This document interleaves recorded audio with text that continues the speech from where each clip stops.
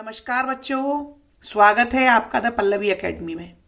मैं पल्लवी आज 9th to 12th के बच्चों की एग्जाम्स की तैयारी के लिए बहुत ही अच्छा टॉपिक हिंदी साहित्य का इतिहास का काल विभाजन लेकर आई हूं। बच्चों, ये एक ऐसा टॉपिक है जिसमें से प्रश्न 2 नंबर के भी आते हैं, 3 नंबर के भी आते हैं और बहुविकल्पी भी आते हैं। चूंकि ये टॉपिक बड़ा है तो मैं इसको छोटी छोटी वीडियो में बनाऊंगी। ये मेरी पहली वीडियो इस टॉपिक पर है। आगे की वीडियो देखने के लिए आप मेरे चैनल को सब्सक्राइब जरूर कर लें, मुझे फॉलो कर लें, बेल आइकन पर क्लिक कर लें।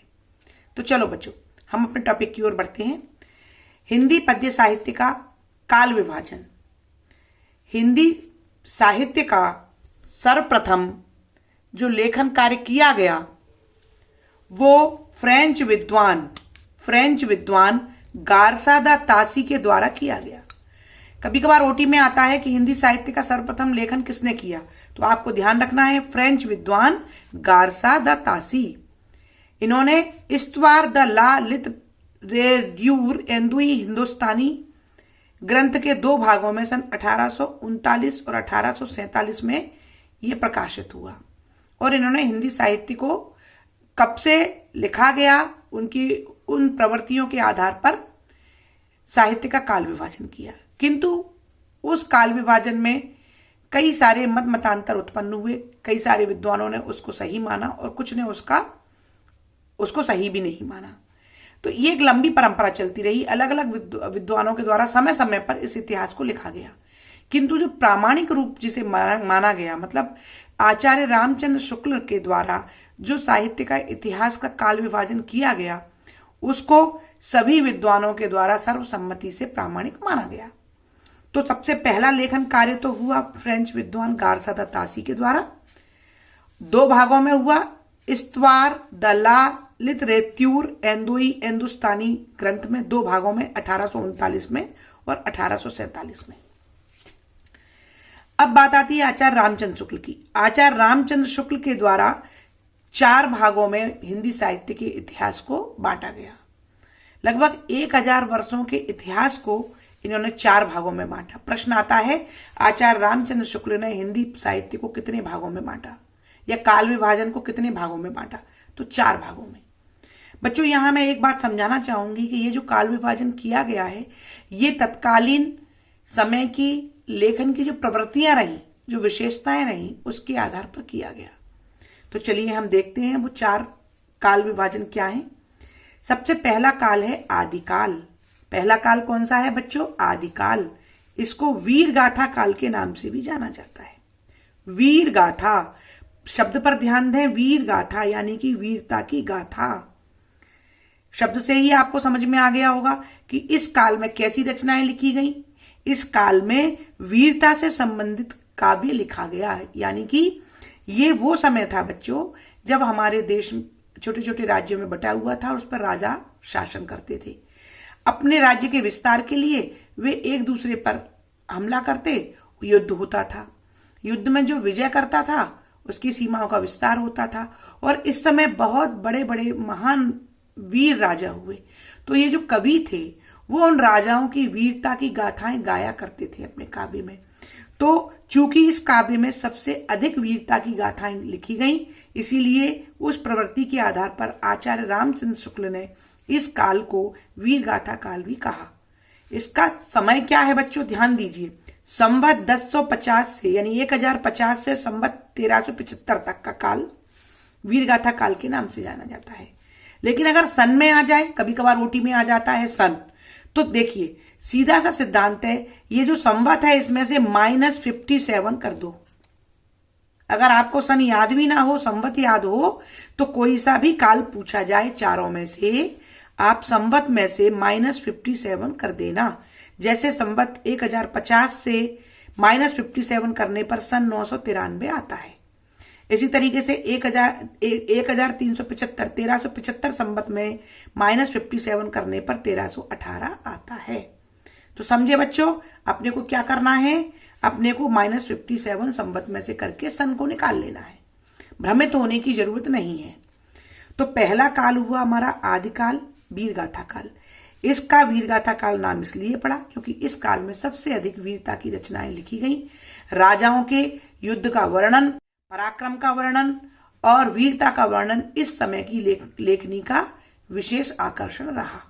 कवि राज दरबारों में रहकर राजाओं की प्रशंसा में काव्य लिखा करते थे, इसीलिए इस काल को वीरगाथा काल कहा गया। इस काल का प्रसिद्ध ग्रंथ है पृथ्वीराज रासो चंद्र बरदाई का। खैर, हम आगे की वीडियो में इन एक एक कालों के ऊपर अलग अलग वीडियो बनाएंगे, उसमें मैं विस्तार से चर्चा करूंगी। हमारा दूसरा काल है भक्ति काल, पूर्व मध्य काल। पूर्व मध्य काल को क्या कहते हैं? भक्ति काल। भक्ति काल के बारे में एक बात ध्यान रखना कि हिंदी साहित्य का स्वर्ण युग भक्ति काल को कहा गया है। प्रश्न आता है पूर्व मध्य काल को किस नाम से जाना जाता है? उत्तर है भक्ति काल। हिंदी साहित्य का स्वर्ण युग किस काल को कहा गया? उत्तर है भक्ति काल। भक्ति काल का समय है संवत 1375 से संवत 1700 और सन में है 1318 से सन 1643। बच्चों, नाम से स्पष्ट है भक्ति, यानी कि इस काल में कवियों ने ईश्वर की साधना और आराधना से संबंधित रचनाएं लिखी। ये काल स्वर्ण युग इसलिए हुआ क्योंकि इस काल में कबीर, तुलसी, सूरदास, मीराबाई, रसखान और अन्य ऐसे महान संत कवि हुए जिन्होंने हमारे समाज को नई दिशा दी। लोक कल्याण की भावना से इस समय का काव्य लिखा गया और इस काल में अलंकारों का और छंदों का विशेष प्रयोग किया गया, इसलिए इस काल को भक्ति काल के नाम से भी स्वर्ण युग के नाम से जाना जाता है। भक्ति काल को स्वर्ण युग के नाम से जाना जाता है क्योंकि लोक कल्याणकारी काव्य की रचना की गई। और भक्ति काल की जो प्रवृत्तियां हैं वो मैं आपको अलग से वीडियो बनाऊंगी। ये 9th का इंपॉर्टेंट टॉपिक है भक्ति काल, तो बच्चों मेरी आगे की वीडियो जरूर देखिएगा। तीसरा काल था रीति काल। रीति यानी नियम। एक नियम के तहत इस काल में ग्रंथ लिखे गए। इसको कहा गया उत्तर मध्य काल। उत्तर मध्य काल को रीति काल के नाम से जाना जाता है। यही मैं बता दूं, रीति काल को कई नामों से जाना जाता है, जैसे श्रृंगार काल, अलंकृत काल, रीति युग, है ना, रीति श्रृंगार युग, इन नामों से भी जाना जाता है। इसका समय है संवत 1700 से 1900 और सन है 1643 से 1843 तक। बच्चों, रीति काल में श्रृंगार का वर्णन विशेष प्रकार से किया गया। श्रृंगार क्या है? मैंने रस में बताया था कि श्रृंगार रस, जहां पर प्रेमी प्रेमिका के मिलने का या प्रेम का या विरह का वर्णन होता है, श्रृंगार रस होता है। इस काल के काव्य में नायिका नक्षिक वर्णन, सौंदर्य वर्णन, श्रृंगार वर्णन ये प्रमुख विषय रहे, इसलिए इस काल को श्रृंगार काल भी कहा गया। अलंकृत काल, इस काल में अलंकारों का चमत्कारिक रूप से प्रयोग किया गया। प्रसिद्ध कवि हुए बिहारी। इस काल को 3 धाराओं में बांटा गया, रीति सिद्ध, रीतिबद्ध और रीति मुक्त। रीति काल कक्षा 10वीं के लिए बहुत ही इंपॉर्टेंट टॉपिक है। बच्चों, मैं इस टॉपिक के ऊपर एक डिटेल वीडियो बनाने वाली हूं और उसमें आपको ओटी प्रश्न भी तैयार कराऊंगी। फिलहाल के लिए आप इतना याद रखें कि रीति काल को हिंदी साहित्य की कला की दृष्टि से स्वर्ण युग माना जाता है। कला की दृष्टि से ध्यान रखें बच्चों। और इसे श्रृंगार काल भी कहते हैं, इसे अलंकृत काल भी कहते हैं, रीति युग भी कहते हैं। तो रीति काल। चौथा है हमारा आधुनिक काल।